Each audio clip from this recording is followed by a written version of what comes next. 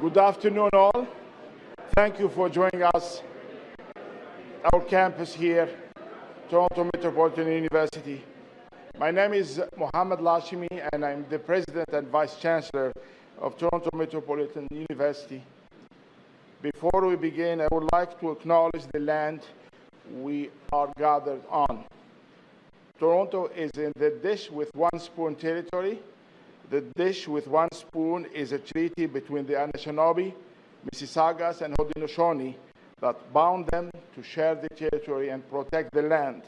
Subsequent indigenous nations and peoples and Europeans and all newcomers have been invited in this treaty in the spirit of peace, friendship, and respect.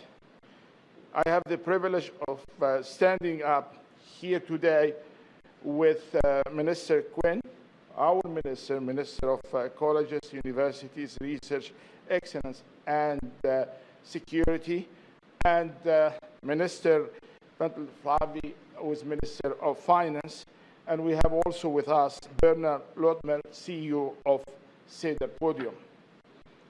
And I'm thrilled to announce that in partnership with Cedar Podium and the Building Ontario Fund, an agency of Ontario's Ministry of Finance, a new student housing residence will be built at just here behind me on Bond Street and Dundas Street East. And this will be a very significant addition to our housing capacity for our students. With over 1,300 beds, this new residence will double the university's, more than double the university's housing capacity. It will also include academic space on its lower level. The 21-story building is targeted to open in 2030. We know that living on campus increases student success. Living in residence positively impacts academic performance, improves student retention, and strengthen overall campus engagement. Students build friendships more easily, develop healthy study habits, and feel more connected to their university community. The new student accommodations and learning spaces will provide students with more opportunities to collaborate, learn, and thrive both academically and socially. This is a development that is rooted in TMU's commitment to fostering student success while contributing to the positive growth of a central part of downtown Toronto. This residence will transform the streetscape behind us, bringing the energy of thousands of students to the area around Dundas and Bond. And now I would like to call Bernard Luttmer, CEO of Cedar Podium, to share a few words about the project. Over to you.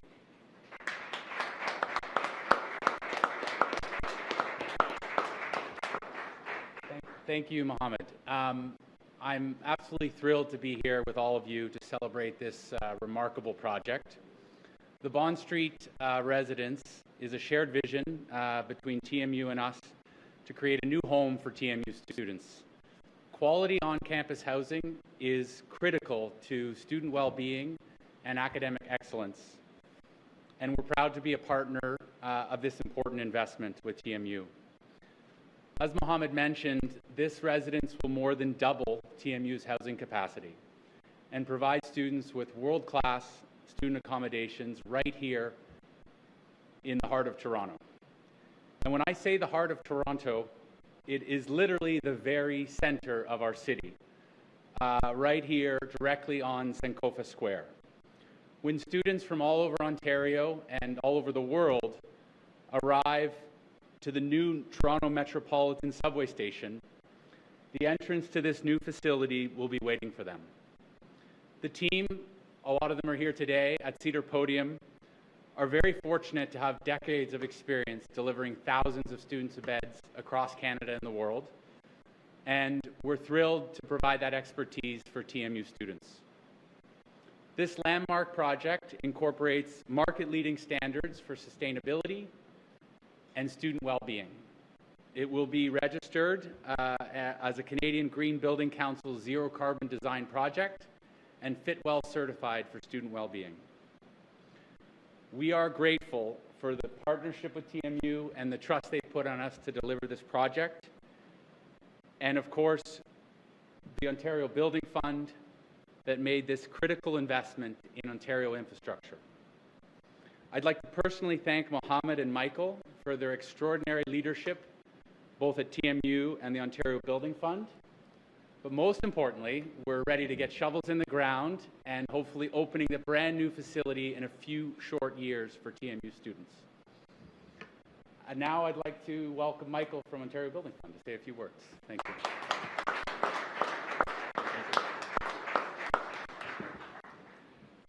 Well, thank you, TMU and Dr. Lachemi, for hosting us today, to Minister Bethlenfalvy and Minister Quinn for your continued support of the Building Ontario Fund, and of course to our project partners at Cedar Podium and everyone joining us here today in celebration of this transformational project. I'm proud to be here on behalf of the Building Ontario Fund as we mark our first investment in student housing. It isn't just a building. This is a bold project that brings together a globally recognized developer, a visionary university, and an enabling infrastructure investment from the Building Ontario Fund to provide an enriched and, most importantly, an affordable experience for students. That's real impact, and it's exactly the type of project that the Building Ontario Fund is meant to catalyze. We are investing approximately $200 million in this multi-phased initiative, with $83 million in debt financing being attached to this first phase that will deliver a 21-story tower, as Bernard described, right here at the heart of the city and revitalize a key area of the downtown core. The Cedar Podium model is unique in that, as of this fall, ownership of private lands adjacent to the university will be transferred to it as part of the transaction, increasing TMU's land holdings, which can be very challenging in a time of capital constraint and in one of Canada's most expensive markets. Of course, this is just the beginning for the Building Ontario Fund. Together with incredible partners like Cedar Podium, we're building more than just housing. We're building opportunity, accessibility, and a better future for Ontario's students. Thank you to the many people in this room that brought this transformational project to fruition, and of course to our amazing team at the Building Ontario Fund. Let's keep building Ontario together. And with that, I'd like to invite the Honourable Nolan Quinn, Minister of Colleges, Universities, Research Excellence, and Security, to the podium.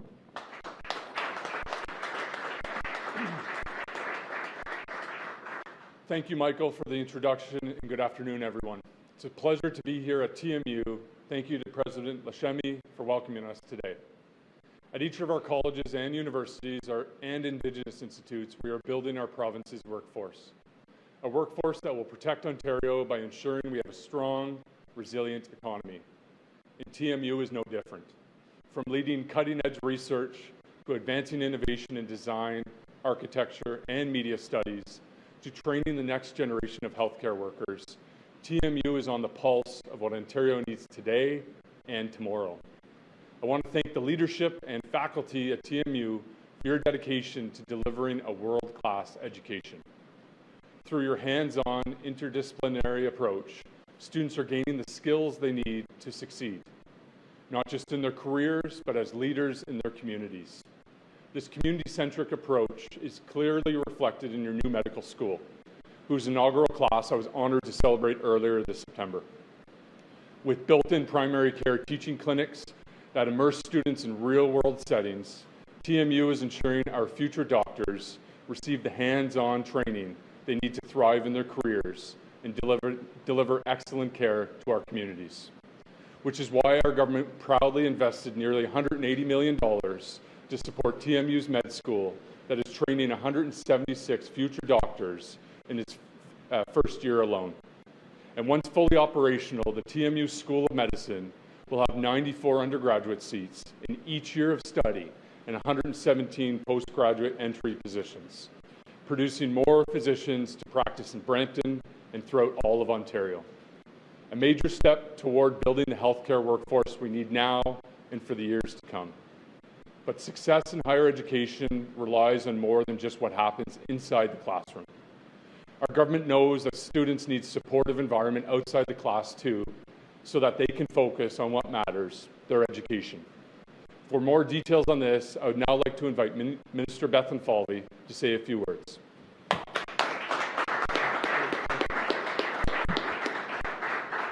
Well, good afternoon, everyone. It's great to be here. These are not my remarks, by the way. I can just see to that. It's great to be here, Dr. Lachemi. Thank you for your leadership at TMU. TMU does an incredible job. Nolan, you just spoke of the medical school. I remember a number of years ago having conversations about, Minister, you've got to get support on a new medical school, and you were persistent. And that vision has now come to fruition. I really want to thank Cedar Podium, David, and for you for your leadership. This is really, looking at the renditions here is remarkable. And, doubling the number of residences, student housing is exactly what this city, what this province has been asking for, and you're helping deliver that. Michael, as well as CEO of the Building Ontario Fund, thank you for your leadership. This is a new organization that we just stood up to help get things built faster and do more that otherwise wouldn't get built. And today is an example of exactly what that vision of creating the Building Ontario Fund has done. I want to thank your three organizations. Many of your team are here, whether it's the Building Ontario Fund, Cedar Podium, or TMU. Thank you to all of you who are helping make this dream a reality. And last but not least, our great Minister of Colleges and Universities. I'm going to stop there because I haven't figured out the rest of the acronym just yet. Me neither. But great leadership and a multi-dimensional focus on making sure that we continue to support our world-class education system here in Ontario. Around the world, though, economies continue navigating the impact of trade insecurity. And while Ontario is not immune to these pressures, we have faced challenges before, and we've always come out on top. Our 2025 Fall Economic Statement, A Plan to Protect Ontario, is our plan for the way forward. Our plan to unleash our economy and make Ontario the most competitive place in the G7 to invest, create jobs, and do business. Now, an important part of that plan is building the housing and the infrastructure that Ontario's long-term prosperity relies on.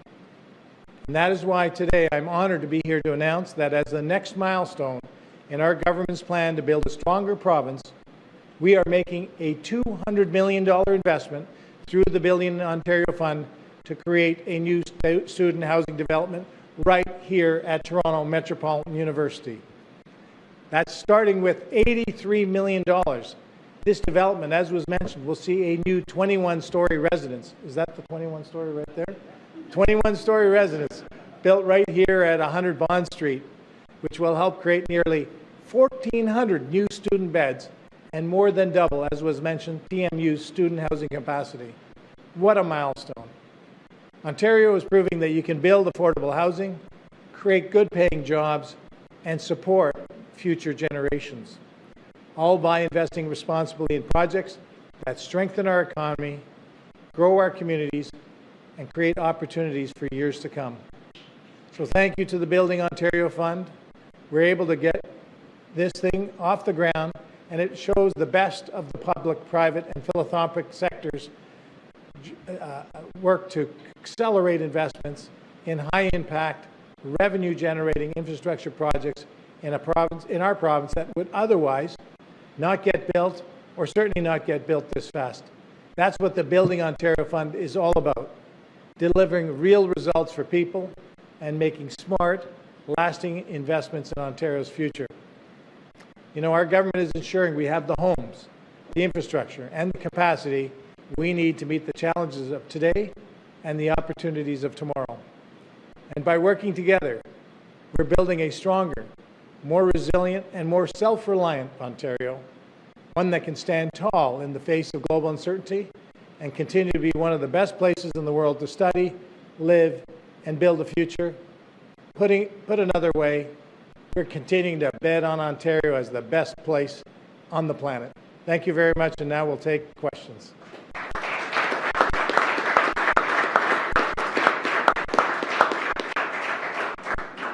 We will now take reporter questions.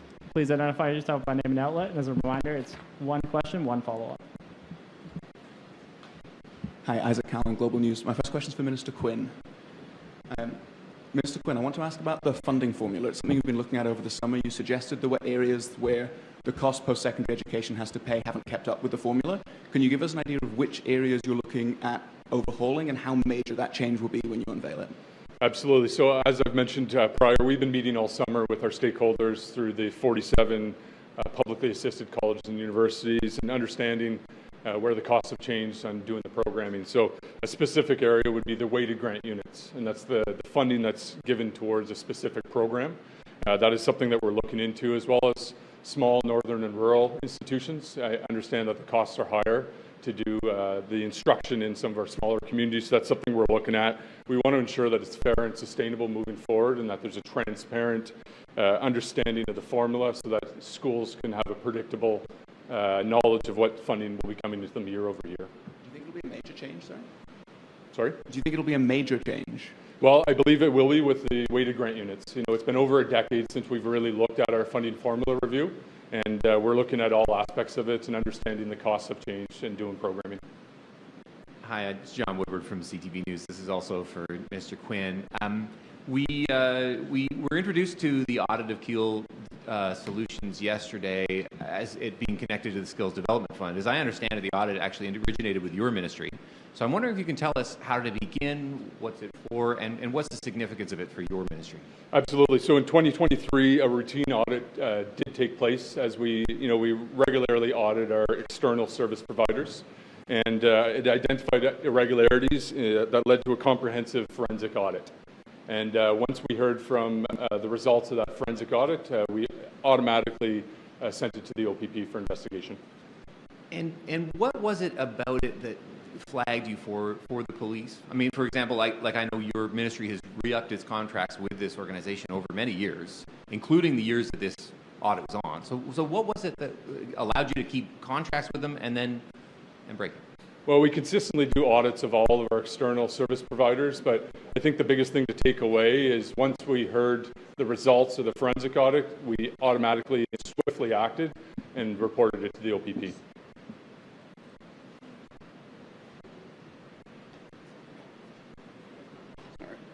Hi, I have a question for Minister Bethlenfalvy. Doing double duty here, 1 second. Sure. All right. Thank you, sir.